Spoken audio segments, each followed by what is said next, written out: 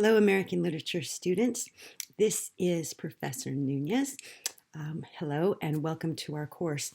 I just wanted to take a moment to share a poem with you.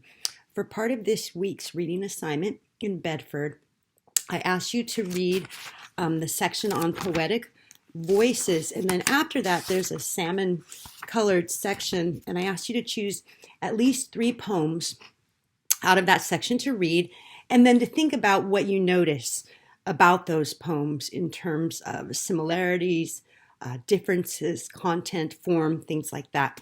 So I wrote a bit about my choices on a related announcement, which you can access on Canvas, but I just wanted to share one of those poems with you now.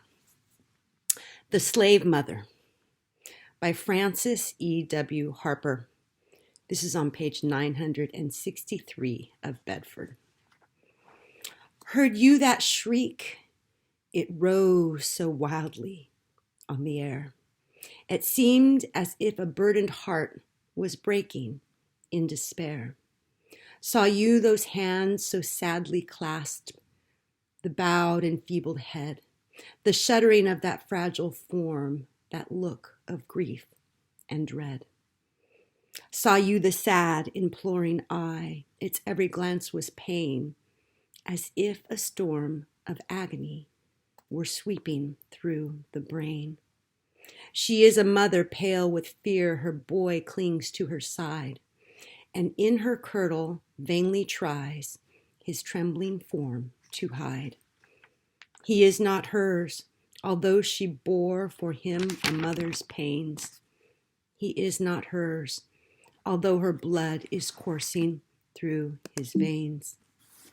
He is not hers, for cruel hands may rudely tear apart the only wreath of household love that binds her breaking heart. His love has been a joyous light that o'er her pathway smiled, a fountain gushing ever new amid life's desert wild. His lightest word has been a tone of music round her heart, their lives a streamlet blent in one. O Father, must they part? They tear him from her circling arms, her last and fond embrace. O never more may her sad eyes gaze on his mournful face. No marvel then, these bitter shrieks disturb the listening air. She is a mother, and her heart is breaking in despair.